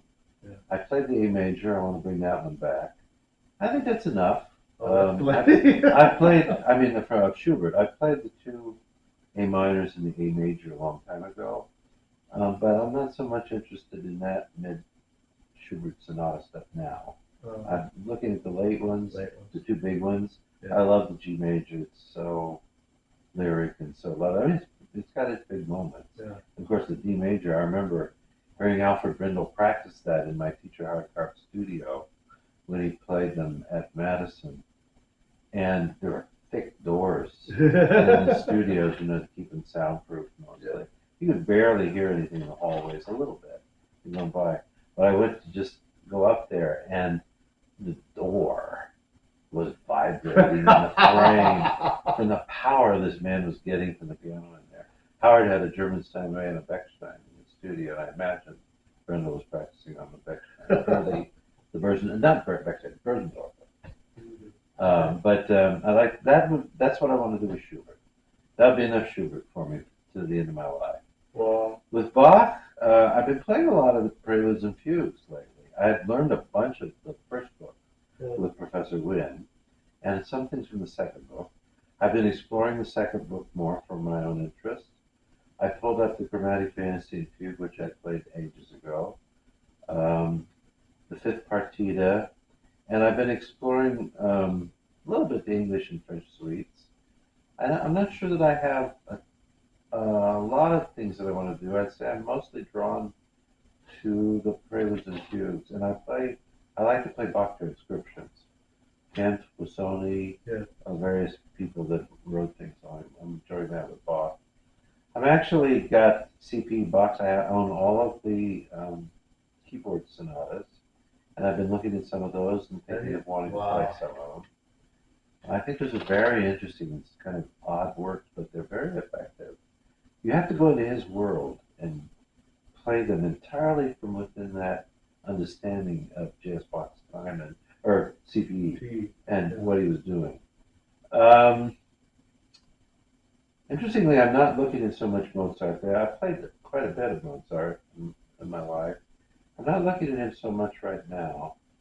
But with Beethoven, I've actually played a lot of sonatas, or let's say I've learned a bunch of them and played through them, and I've performed different ones. But specifically, what I'm looking at getting into my active repertoire are perhaps all the Opus 31s. I've loved the E flat for a long time. Never played the Tempest in performance, but I'm drawn to that one, interestingly, quite a bit. The first one is a little different. I actually like it in its strange way. The challenge for the first one, Opus 31 number 1, is the second movement. Yeah. Because it's basically a Weber-esque kind of sonata for clarinet, and just gets more and more crazy with the ornamentation. I'm learning Opus 57, the Appassionata, which I definitely want to perform. Yeah, that's a good work. And I'm pulling back out of the history Opus 81A, which I always enjoyed playing. I played that well. And then I played Opus 109. I played other things too. I early on with Professor Lynn played the 32 Variations. I like to play that one, and I've been bringing it back for technical reasons, because it's very good to get the fingers really moving a lot. And interestingly, Rachmaninoff programmed the 32 Variations often. Yeah. And I think it's an interesting piece, and you had it listed as a first piece on the number of your recitals. Yeah. Earl Wild did it at his 88 Carnegie Hall recital. It's a very effective work. Oh, yeah. Not very long, about 10, 11 minutes. About 10 minutes, yeah. But that's a good one. I played the Capriccio, the Lost Penny thing. Yeah. Similar kind of thing. That's very good for technique. Yeah. That's what you do. But that's enough Beethoven. I don't play the Waldstein because I really don't know what to do with the Glissandi Octaves in the last movement. I love it. I think it's a magnificent work, but I don't like Lasagna. I hate the way it scrapes my fingers. And with the octaves, I know that there's an alternative where you just play one Yeah. string of notes, you know, Yeah. without the octave. You can play it on a forte piano, but still you have to hold the hand in a way that Yeah. it doesn't move out of the octave position. Yeah. It's a little tricky. And depending on the action of the piano too. Exactly. Holy crap. I mean, of the Beethovens, interestingly, I like the E flat, Opus 7, I think it is. I've played all of the Opus 10s. I've performed them. My favorite was 3 in D major. Played the Pathetique. And I've never performed Opus 22 to B flat. I'm kind of attracted to that in a way, but it's a little not the best for me because of the stretches melodically or even in the accompaniment where it really stretches out the hand. And I'm not sure if that was meant for me. That one? Yeah, that's the one. Okay. And I have never performed, but I've actually taught several students the Opus 26. And I would like to play that one in I'm public. one of them. That's right, you did it. That's Beethoven. I talked about Schubert already. Chopin, presently, I had started before my hand was bothering me to finally learn the Berceuse and the bark roll. Oh, you did? I want to play those. I played a lot of Chopin with Professor Wynn. I learned basically the Opus 25 etudes, performed about 8 to 10 of them, I think, at different times. I've been playing probably 4 of the Opus 10s. I have some problems with the Opus 10s. I don't always like some of them that much, honestly, and some of them are Howard thought I had a good piano stand. It's got enough of a stretch, but I'm about a comfortable minor ninth in my right, and I can do a major ninth or a minor 10th in my left hand. But for example, Opus 10 number 1 is just way too spread out for me to really want to do it. I just think some repertoire is meant for some people. Maybe they're built for it, and some other people love. You can't muster a legitimate excuse when you look at little tiny Alicia de la Rocha. Oh God! Little tiny lady with little tiny hands and everything. Played the bejeebers out of the worst Schumann pieces of things. Just extraordinary. Well, she had the recording of the Rock Third. Yeah. That one? Oh, the Cacciatorian. Ever seen the monstrosity of that thing? One of my favorite things that I heard her play live, twice I heard her play live, was The Nights in the Gardens of Spain, which I would like to play. I'd like to do some kind of stuff with you. We could absolutely play each other's orchestra stuff.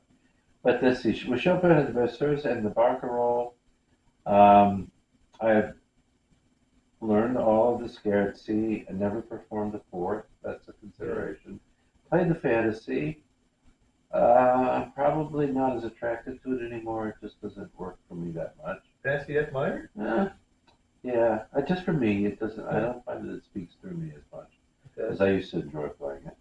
A lot of the Polonaises I played. One which I'll never play again in my life is the F sharp minor. That's a beast of a piece, and I did it pretty well when I was young. But I don't. Honestly, I find it very hard to bring off the middle section. I find it extremely hard to play that convincingly. I played a bunch of different ones, and I really enjoyed it, and I'm sure I'll bring back the Polonaise Fantasy, because I enjoy playing that one. One of the things with Chopin that I've been exploring are the mazurkas. I love playing the mazurkas. And I think I was complimented by a Polish pianist and a couple of Russian pianists that told me that I had Slavic soul when I played Chopin. And I like that because my interest in 19th century players and what they were doing is something I found myself gravitating towards. I am nuts for nowadays. He's a newer discovery in my life, but Ignaz Friedman. Incredible sense of rhythm and structure and improvisatory quality. Playful, wonderful quality. Improvisatory, so that when he plays the Chopin, it sounds like he wrote the music. It's very fresh. Say the mazurkas, I'd say I've never been a great fan of the waltzes. A few of them, yes. But I think those were really probably, I know some are concert-like, but I think those were written in the time where salon music was really a big deal. Oh yeah. And I find them kind of in that genre. I'm not so interested in. Well, that's probably enough about Chopin. Um, I'm looking at some lists. I definitely want to play the Liszt B minor sonata, just so I play it. I love the work. I'm going to dig up the second ballad because I haven't actually played it for a few years, and I played it very well. And I did my own emendations with it, where I changed things. I borrowed some ideas from various pianists. I actually explored a number of the song transcriptions and have played some of them of Liszt. With Chopin, I'd like to play the Tarantella. Oh yeah. And then one thing I'd like to do for my own personal accomplishment is to learn all of what was the final version of the Years of Pilgrimage. I've learned all the first year, some of the second, and then of course the third year is the Jardot, which I've never played, but I'd like to do those. That's quite a bit there with Liz. Just those things, and there's so much. Look at what Leslie Howard did in his career. My God, that certain people just have that wherewithal. Mendelssohn, I skip over. He loves Mendelssohn. Yes, I do. I like some things of Mendelssohn, but it's just that there's other music I'd rather spend my time on. So I'm talking mostly major composers there, but I think Brahms, I've actually played quite a bit. A lot of the different opuses. And I'm still going to play some more Brahms. I played the first sonata, which I liked. I'm not nuts about the second. And I'm not sure I'm going to take my time on the third because I really prefer the various shorter opus pieces. And there's various ones I'm going to look at. I'm not sure even most of the time complete opuses, but draw from different things. Right. I like to play. No, I'll never play the Paganini variations. It's, again, so much work and so much time. And really, if you're going to play a piece like that, you need to have learned it in your 20s. Right, I think, really. Yeah. But I'm looking here at this. While we're talking about repertoire, why don't you talk for a minute? Because as you can notice, we lost electricity again. Okay. I'm going to go flip the circuit breaker. Do you have any other editions of Schumann's work other than Dover? Well, I have Henley. Henley? Yeah. Complete?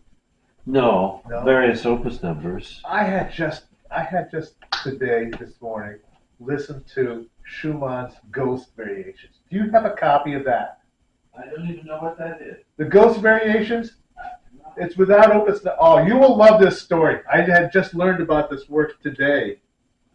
I mean, I've heard about it. All right, the Ghost Variations. It's a work that I have heard of years ago, but I've only actually heard the work in its entirety today, and it's an amazing work. It was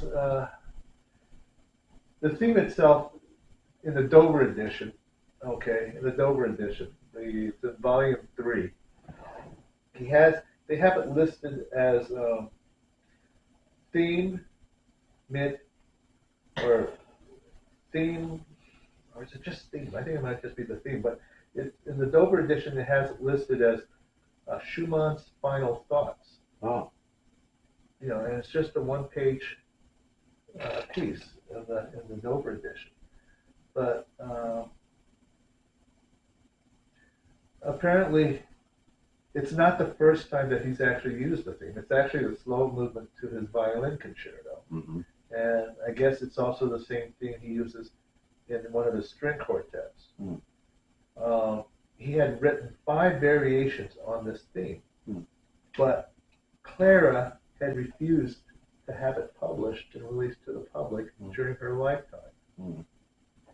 And so after she passed away, this work was in the hands of Brahms, who also refused to have it published in his lifetime. Was hypercritical too. And for whatever reason, these two decided not to have the thing published. And they call it the ghost. Did he call it the ghost variation? It's called the Ghost Variation. I don't know who came up with the title. It might have been Robert. It might have been, I don't know who it is. But there's been different theories about why they wouldn't have it published. It's a big work. It's complete. It's complete. It's the Dover edition just has the theme, but there are actual 5 variations to it, and they didn't publish it and release it to the public till 1939. Wow. I'm wondering, I discovered something with Schumann a while back, which I printed out. I have a subscription. People, if you're nuts for piano, actually, this is a good resource for all music. imslp.com, which is also called the Petrucci Library. It costs, I think, $24 a year to have a subscription. And it's the most extraordinary online compendium of all music. I mean, scores, everything. They also have recordings that are up that are apparently copyright free. They can put up there. I was looking up some things and I found, was it Eroica is the emphasis for it, but there's a theme and variations of Schumann based on something of Beethoven. I printed it out because I thought each one of them looks like a really good exercise. Oh. I don't know if it was based on the Eroica theme of Beethoven. No, are you talking about the exercises based on the theme of Beethoven, the slow movement to the 7th Symphony? That's it. I brought you that score once. And that's how I have it. I know that was one of the things. It's really, there it goes again. For some reason, this spring we've had an issue with this electricity on this side of the apartment popping out. And sometimes it goes for hours, no trouble. And then at other times it's doing this. This is what, 3 times during the show. But regarding Schumann, I actually played a bit. I mean, Howard had me play the fantasy in my second master's recital. I auditioned at Madison with the Kreisleriana. I love the earlier work of Schumann. I want to play both the second and the third sonatas. Those are considerations. And I'm looking at Carnival and also the David Brindletense. Some of his things don't speak to me at all, like the Abegg variation. The symphonic variations in and of themselves, not much taken with those either. Where I like him is with the Charakterstücke, the character pieces, and just the beautiful melodies and lyric things, the great things that he can create sometimes. For example, in the fantasy, when he gets that,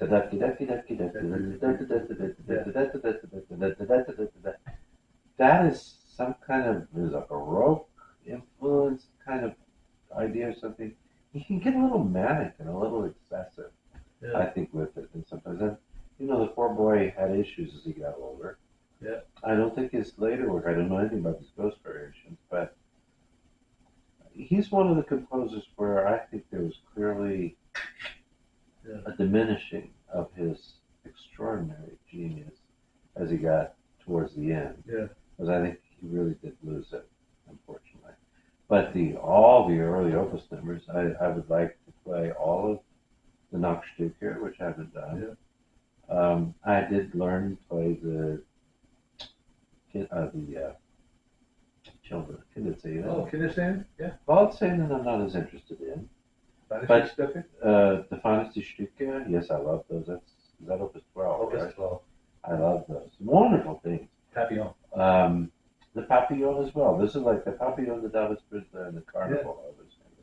There's quite a bit there that I'm kind of looking at. And, I think with Schumann, I think it's true with any music, any composer. It has to speak in a way that it works. That you can really say something. But I remember I was learning a Liszt transcription. Big one. I forget what the original composer was, who it was, but I was playing it with Howard in my first year.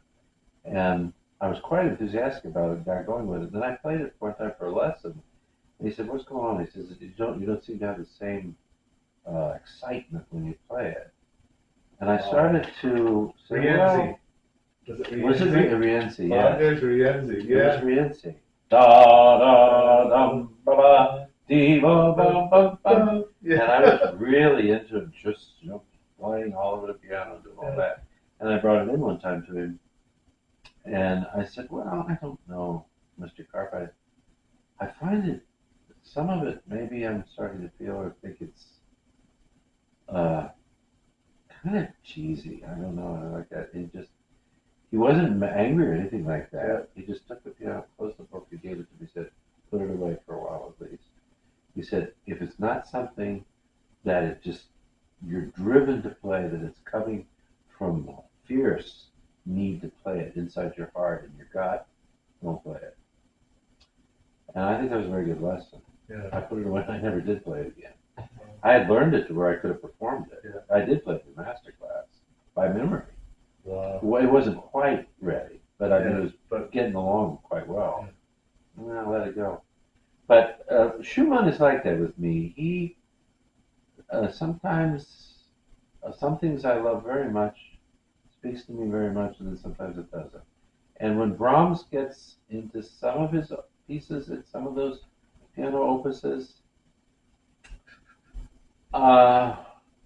seems a little bit more like an intellectual exercise than it is highly stimulating. And so I don't play those pieces. But I'm looking at this pile I got here, and I want to say some things I see are about Debussy. I want to go play some more Debussy. Yeah. The Image 1 and the Estampe. Some of the other preludes. When you say some other preludes, one or two? Both. Especially the second book. The second book? Yeah. I played a few of them on the first. Let's see. Oh, I have Busoni's Sonatinas. Oh, I have a magnificent recording by Paul Jacobs. Yeah. Playing all six of them, and I fell in love with those pieces after I heard them. I like the Carmen. The Carmen theme, number 6. Yeah. And I like number 2 very much. I'm not sure if I'll play them all.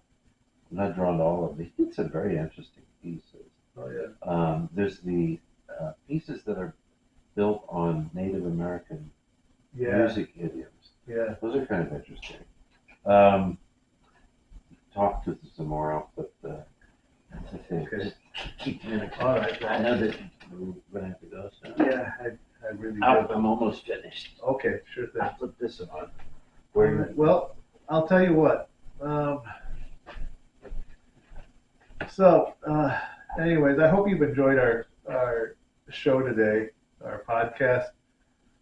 If you like what we did today, or you like the information, please put a Sforzazzi on the subscription and accent those thumbs up, please. We sure could use it. Anyways, I'm thinking perhaps I've got a few other ideas in my head. I've been milling around about the possible discussions we can have in the future. Well, we've never discussed. I mean, I remember years ago we used to have recitals from internationally renowned pianists. Some of them would actually give one composer recital. Now, this is besides Bach or Beethoven. I'm talking, Joseph Levine. Mm-hmm. He did a one composer recital consisting of just no music other than just Schumann's music. Schumann. Yeah. Schumann. He opened it up. I remember the program. It started out with the Papillon at the beginning, and then he did the Schumann Sonata number 2. The second half was the symphonic etudes. They closed it with the toccata, I think. Wow. It was a big program. He has an amazing recording with toccata. Oh yeah, he does. Well, my first live performance I actually heard here in Mershon Hall in Columbus when I was in high school. Yeah. Alfred Bindel performed here, and it was an all Schumann. Ooh. He played, amongst the things he played was the Kreisleriana, which inspired me to learn it. Wow. So I've worked on it later, after I graduated with my bachelor's, but I worked on it hard enough that I don't memorize ready, and I played it for my master's audition. I did that. And then when I heard Brendel in Madison, he did all Schubert. And he played both the D major and the G major. And he may have played some other things too. But what I was going to say about this bucket list, I want to talk a little bit the next time about the rest of these 20th century things. Yeah. But if you guys have a bucket list, I mean, what do you want to play? What do you got your heart set on wanting to do? And maybe why do you want to play the music? What speaks to you about it that you'd like to do it? Bucket list stuff is fun. And I have a lot of things there that I like. There's certain topics I'm interested in real quickly. I'm very interested in the early 20th, late 19th, early 20th century pianist compositions. Yeah. So I have collected things. I don't know if I'll ever really get performing them, but I'm interested in some of Joseph Hoffman's original pieces. Oh, God. Kaleidoscope in the Sanctuary. Yeah. Tchaikovsky plays those really beautifully. Yeah. And then the other project I got in a while back, some of my stuff will be listed on the Facebook page. In the pandemic year, I did a series of concerts, and I played one of the concerts I think was all nocturnes by different composers, going back to John Field and into the 20th century. And I became very interested in that topic because the genre of nocturnes has had I think I saw on the IMS LP there were close to 600 of them available by different composers. And I looked through every single one of them down in the basement of the other house. I just looked through them all and ended up starting to print some out and then favored the rest of them. I still found close to 400 of them that I would consider like taking a serious look at and weighing them to see what's there. One that got a big response from listeners of the particular program that I played were 5 nocturnes by Eric Satie. I remember that. Yeah. And I think they're remarkable. Oh, absolutely. Very interesting. Every single one is quite unique. And it's Satie, but not the kind of je ne Satie. Yeah.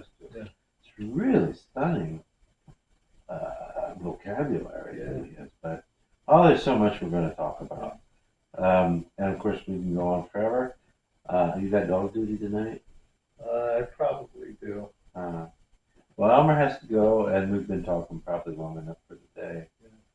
But I've enjoyed it. Oh, I've had a wonderful time. And once we get these things rolling, of course, the first 6 are going to be without any of your contributions because we've been told we need to get a certain number of them up and on YouTube for consumption, and then we can start to add to them. But once we do that and we get the Facebook up, we can start to orient our shows also towards your ideas and your comments and various things, and try to really bring the PSI family into the programs that we do. We've got other ideas of things that we want to do. We haven't even taped the intro yet that we need to do, so we can stick that at the beginning of each show. So the program's going to evolve, I think, in a good way, and hopefully you guys will get into what we're doing. We're going to play for you occasionally. We're going to listen to recordings and all that. So it's going to be a true world of the piano, and even more than that. Yeah, absolutely. So I'm Mark. I'm Elmer. And this is PSI, Piano Scene Investigations. Have a good day. See you next time.